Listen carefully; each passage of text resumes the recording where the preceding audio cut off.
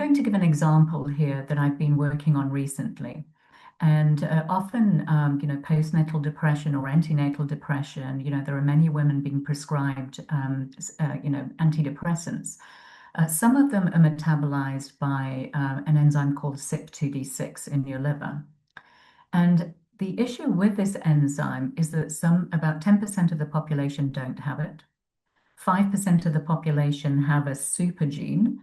And so if you have a drug that's metabolized by CYP2D6, then what it means is that in some cases you may have to be genotyped in order to be able to give the correct dose.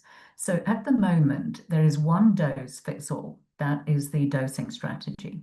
But we know that you can get significant differences. The other thing to say as well is that this enzyme changes as you go from trimester 1 up to trimester 3, and you can end up with 3 times the amount of CYP2D6 that you had before getting pregnant.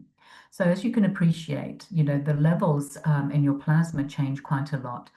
And so there has been a push to prescribe based on the CYP2D6 phenotype for an individual.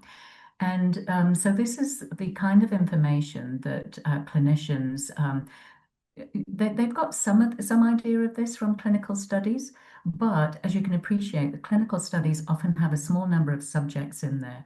And so what we've been able to do is actually determine this information and utilize PBPK modeling to find out much more about this.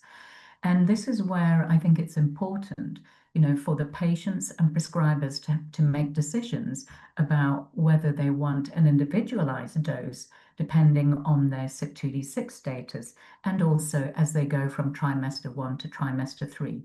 Because in some cases, some women are not going to be getting enough of the drug, and therefore their antidepressant is not going to be treated. In other cases, some women may be getting too much of the drug, and what we have to think about as well is how much of that drug may be actually transferred across the placenta to affect, their baby. And so these are the sort of decisions that they would be making.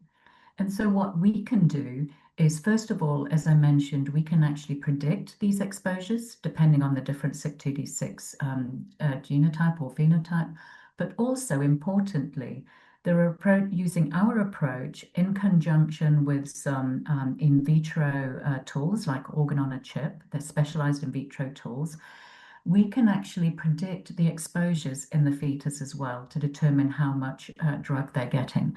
So it's a tricky situation. It's risk benefit. We have to decide whether, often case, whether you're treating the mother, but at risk of actually exposing the baby to a higher risk. And this is the kind of information that we can help support a clinician make the decision with the actual pregnant mother.